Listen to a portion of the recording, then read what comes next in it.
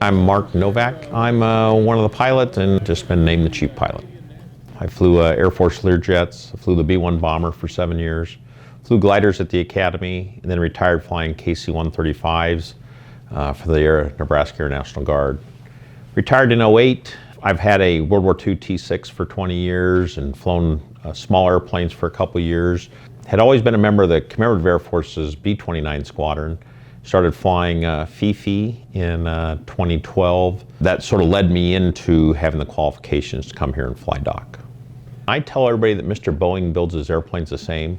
So my almost 2,000 hours of KC-135 time, which is a 707, the planes are designed only 12 years apart, so the flight controls are the same. Now, of course, you had jets on one side, props on the other. The great thing about the B-29 is they give us a flight engineer. He does all the hard work. I just get to drive the boat up front. I did probably 4 or 5 air shows last year. First air show I went to was the Whiteman Air Show. Military crowd, I mean, the military guys just love it. I mean, when you got a B-29 there, and you know, they had their B-2s, and it was just, the military reception was great. The number of people that will run to cross the ramp to look at the airplane when we start engine. In fact, there's people asking, can you just start an engine? I just want to see an engine start type of things. You don't do anything fast in this plane. Once we get the crew together, it's a good 15 minutes before we're ready to start engines. Starting the engines usually takes another 10 minutes. And then you got to let the oil warm up. It's another 5 minutes. And so by the time you get down to the end of the runway, then at the end of the runway, we sit there and we run up the engines to make sure that the propellers are working and all that. So that takes time. So usually the first flight of the day takes about 45 minutes from when you sit down in your seat to when you're actually airborne. They did Oshkosh. By the time we got the airplane parked and we're getting ready to get towed into our spot, it was hard to get out of the airplane. There were so many people already around the airplane. You can see Doc coming from 2 miles away just from the glint off the fuselage. And it was a great week to show off the airplane.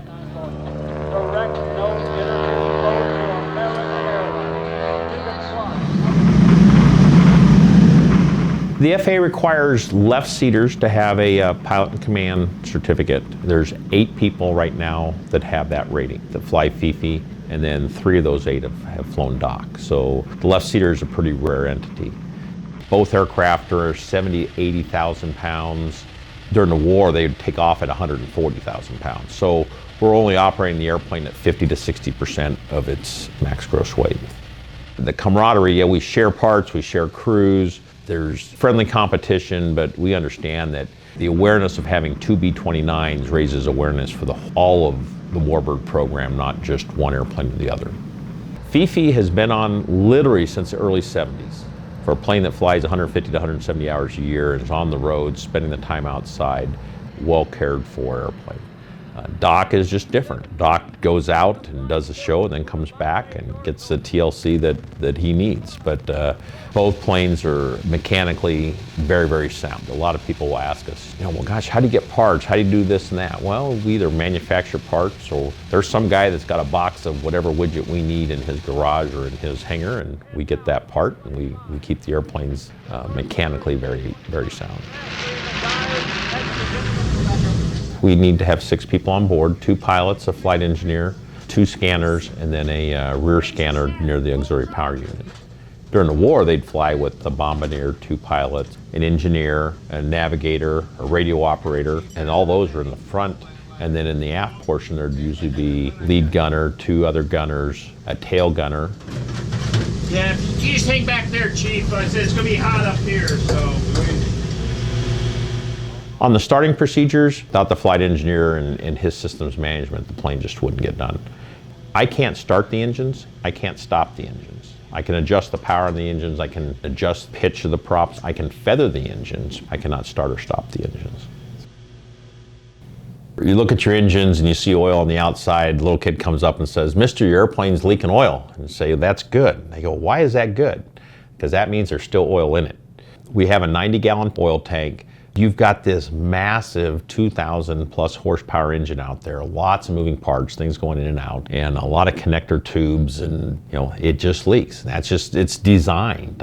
I'm not sure what the number is. It's probably 2.5 gallons per hour per engine.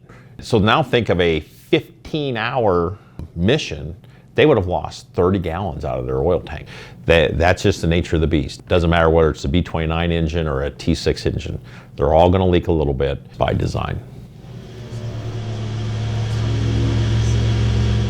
The scanners in the back when I'm flying, they're my eyes and ears back there. They tell me whether if we're leaking a fluid, if we're smoking, if, say, heaven forbid, we have a fire. If we would have the landing gear stuck, they would be the person that would actually go physically into the bomb bay area, and they might either change a motor or they can manually crank down the wheels. You've got to have them.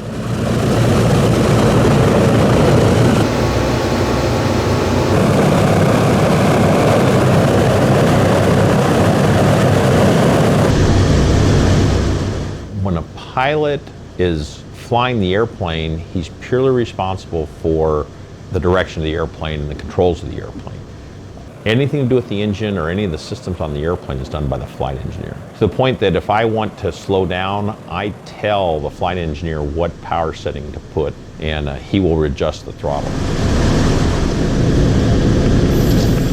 The pilots will taxi the airplane out on the runway and line it up straight, and then we'll tell the flight engineer to set the manifold pressure to 30, which is 30 inches of mercury. And that gets the engines into sort of a mid-range, good power setting.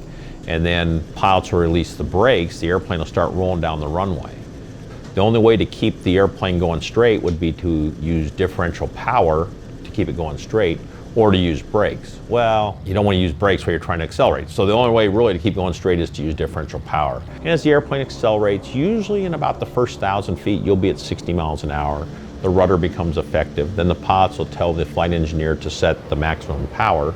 Then about another 1,500 feet down the runway, you're now about 100 miles an hour. You're able to release or pull back just a little bit on the yoke. You don't pull it off the ground. You sort of just set the nose in a nose-high attitude. When the plane's ready to fly, 120, 125, the plane just sort of lifts off. Once you're assured that you're off the ground, you're not going to need to come right back to the ground. Pilots apply the brakes to keep the tires from spinning, bring the gear up, and as we accelerate out, you will retard the power from max power to what we call climb 1, which is an intermediate power setting. It takes a little bit of power off the engine, but it keeps the engines from max power. Then we usually bring the flaps up, and then we'll go to a climb power, which we call climb 2, 2,000 RPMs, 30 on the manifold pressure. Keeps us climbing at about 180, 190, and then we climb on straight on out.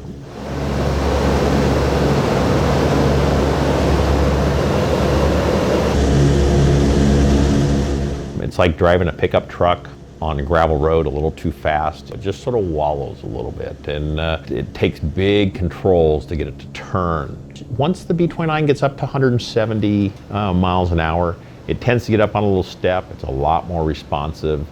It will do steep turns at 200 miles an hour and just make a nice, easy, just 60-degree bank, just turn right around on itself. It's a big lumbering airplane, but it's still a pretty amazing feat.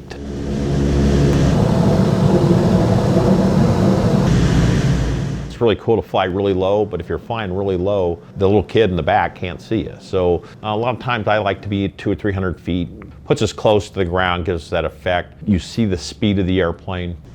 On the fly through, we might be at 250, 270, and then you sort of pulled up and go down to about 200 or 180, make the turn and go out. So you're using a little bit of altitude to pick up some speed, and then give up a little bit of speed to pick up some altitude on the way out. When you're going fast, the plane is very responsive, but as you get slower, when you look at the airplane, the aileron's like a third of the wingspan out there. You can turn the yoke about 3/4 of the way around to get full deflection. When you're flying and you have airflow over it, you don't need to do that. But nice and slow, or coming in on final at 120 miles an hour, you'll be working the yoke 45 degrees to 45 degrees back and forth in that. There is a lot of work, especially trying to get it to come around the corner. If you don't, you end up sliding through the corner and all those type of things. So yeah, you work the rudders, you work the ailerons. Before you want to level off, you need to start rolling the yoke the opposite direction to get it to think about turning back. It's the way Boeing is. 135 is the same way. You watch a B-52 the same way. You sort of almost have to guess how much input do I need, because a second from now is when it's actually going to move.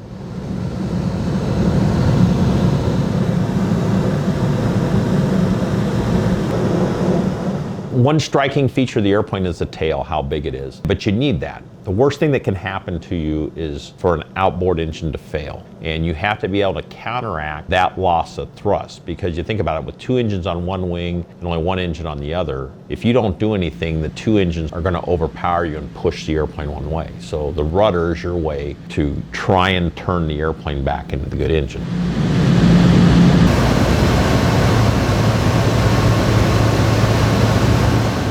When you land the airplane, it's unique because sometimes you're never looking through the same window out the front of the airplane. There might be some wind and the plane crabs into the wind, so you're looking out a different window, which may have a little bit of parallax in it.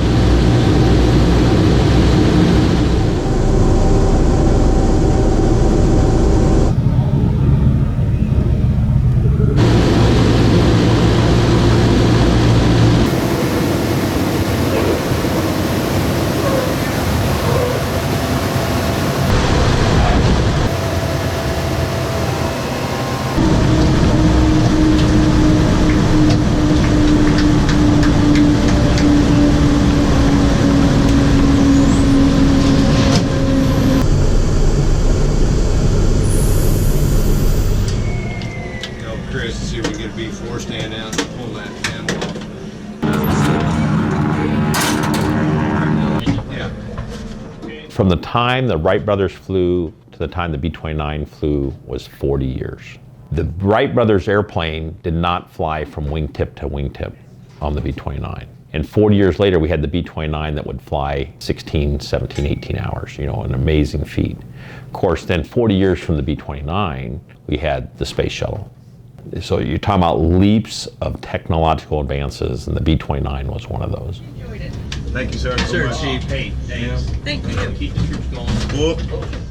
I flew a 92-year-old gentleman. His 68-year-old son was sitting next to him, and he didn't get up from his seat. And I told him, hey, you can get up, you can walk around, you can do this and that. And he's like, no, this is my duty station. I need to be here. And it was his last flight. His son told me his dad will probably never fly again. But now he has story to relate to his son. They're leaving, but the children of that generation and the grandchildren, they may have just heard Grandpa flew a B-29. They know nothing about the B-29. So we're able to bring that out and tell the history and show them, let them physically touch the airplane and maybe relate back to that time. Flying the B-29 is an amazing thing. I've flown B-1s, I've flown gliders. And in fact, my business card says from gliders to supersonic nuclear bombers and everything in between. Well, the B-29 is a pretty cool thing in between. I'm very, very lucky to be where I'm at and be able to fly this airplane and show them off. Yeah, no, but like